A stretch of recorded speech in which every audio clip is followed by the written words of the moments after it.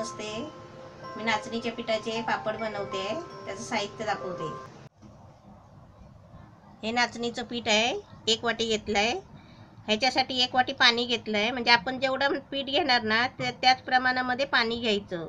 म्हणजे 2 वाट्या तुम्ही पीठ घेतलं तर 2 वाट्या पाणी घ्यायचं. म्हणजे हे वाटे सेम आहेत. आणि याच्यासाठी लागणारं साहित्य आहे, हे तीळ आहेत, सफेद तीळ आहेत, हे 2 चमचे घेतले. हे अर्धा चमचा मिरची मसाला घेतलाय. हे तेल घेतलंय, म्हणजे तेल मळण्यासाठी लागतो, पीठ मळण्याला तेल लागतो. आणि हे आहे ना पापडखार, हा पापडखार घ्यायचा. आपण सोडा बिडा नाही घ्यायचा, सरळ दुकानामध्ये आहे ना आपण पापडखार मागायचा. हा पापडखार. हा हिंग आहे, अर्धा चमचा घ्यायचा आहे. आणि हे मीठ आहे, म्हणजे मीठ आपण आहे ना अर्धा चमचा घेतलाय मी मीठ, कारण पापडखार पण जरा खार असतो, त्याच्यामुळे मीठ असा अर्धा चमचाच घ्यायचा. आता मी पहिलं काय करते, हा टोप घेतलाय. या टोपामध्ये आहे ना पाणी ओतायचं. आणि याच्यामध्ये जे आपण सगळं साहित्य घेतलंय ना, मीठ वगैरे, हे सगळं एकदमच त्याच्यामध्ये टाकायचं.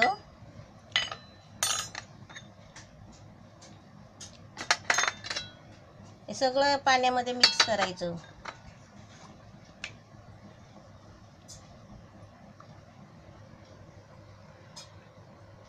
हिंग आहे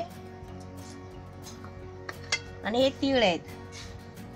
आता या पाण्याला आहे ना आपण गॅसवर ठेवून आहे ना याला हे उकळी काढायची आहे. आता मी गॅसवर ठेवते आणि याला उकळी काढताना तुम्हाला दाखवते. हे पाण्याला अशी उकळी आणायची आणि जरा असं काय होईल त्याने असं ढवळायचं. आणि आता याच्यामध्ये आहे ना मी पीठ ओतते. जरा गॅस कमी करते आणि पीठ ओतते. हे पीठ आहे ना हे असं ओतायचं त्याच्यामध्ये आणि मिक्स करायचं. चांगलं ढवळून घ्यायचं. पीठ टाकल्यावर पाण्यामध्ये पाणी एकदाच अंदाजाने टाकायचं, मापाचं टाकायचं. पीठ कमी जास्त नाही करायचं, कारण आपल्याला नंतर पिठामध्ये नाही पाण्यामध्ये पीठ नाही मळायचं आहे. सारखं ढवळून आहे ना ते आपल्याला वाफ लावून ठेवायचे थोडं, म्हणजे 2 मिनिटं वाफेला ठेवायचं आहे. आता हे झाले मिक्स करून. आता याच्यावर मी झाकण ठेवते. थोडं 1 मिनिटासाठी 2 मिनिटासाठी अशी वाफ द्यायची. गॅस बारीक करते, पूर्ण बारीक गॅस करायचा.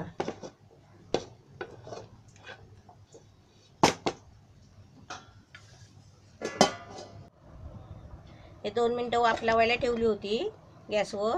आता मस्त पीठ शिजलाय. आता मी ते काढून घेते परातीत. आणि पाणी नाही टाकायचं मळताना, तसं सुकं मळायचं आणि ते चेचायचं.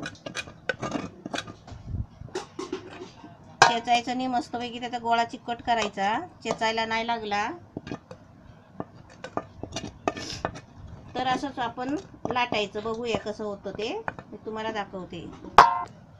हे गरम गरमच पीठ आहे ना असं मस्त गोळा करायचा. आणि मळताना आहे ना आपण तेलाचा हात घ्यायचा आणि मळायचा.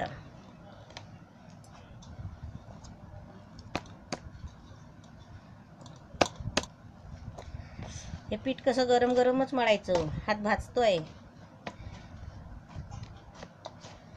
असं गोळा करून झाला ना मग आपण जरासं आहे ना, लय खूपच गरम आहे पीठ, असं तेलाचा हात घ्यायचा आणि मळायचं. म्हणजे आहे ना 2-3 चमचे असे तेल घ्यायचे पिठामध्ये.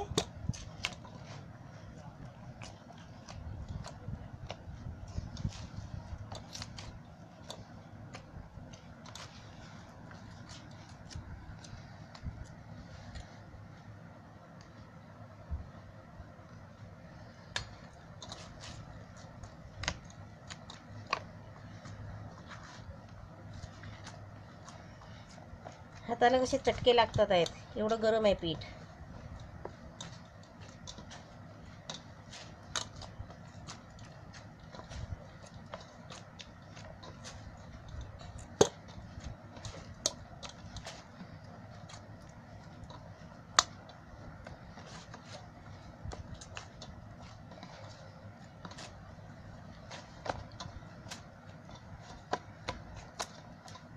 हे पीठ चिकट आहे.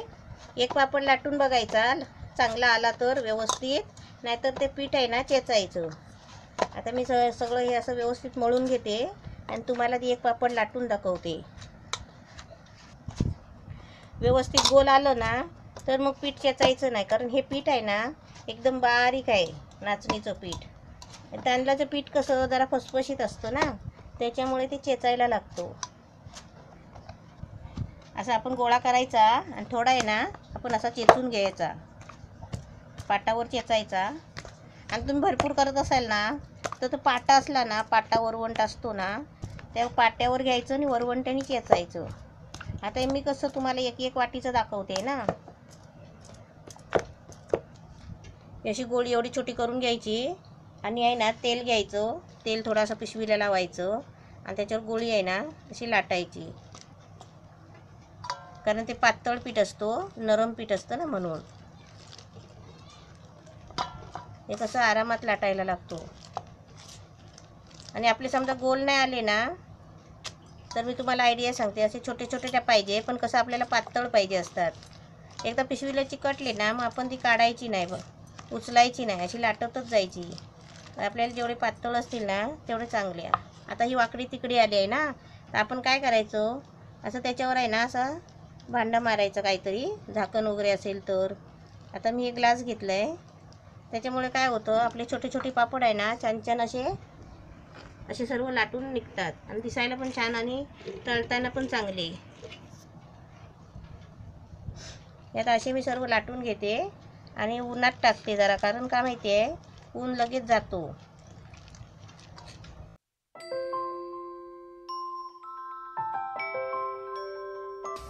नाचणीचे पापड मस्त छान झालेले आहे, तेल टाकून बनवले आहे. असे सकाळी आपण लवकर उन्हामध्ये टाकायचे, लवकर लाटायचे, लवकर उन्हामध्ये टाकायचे. एका दिवसात सुकतात, पण आपण दुसऱ्या दिवशी पण उन्हात टाकायचे आणि बरणीमध्ये भरून ठेवायचे. असे मस्त झालेले आहेत, असे तुम्ही बनवा, पौष्टिक आहे.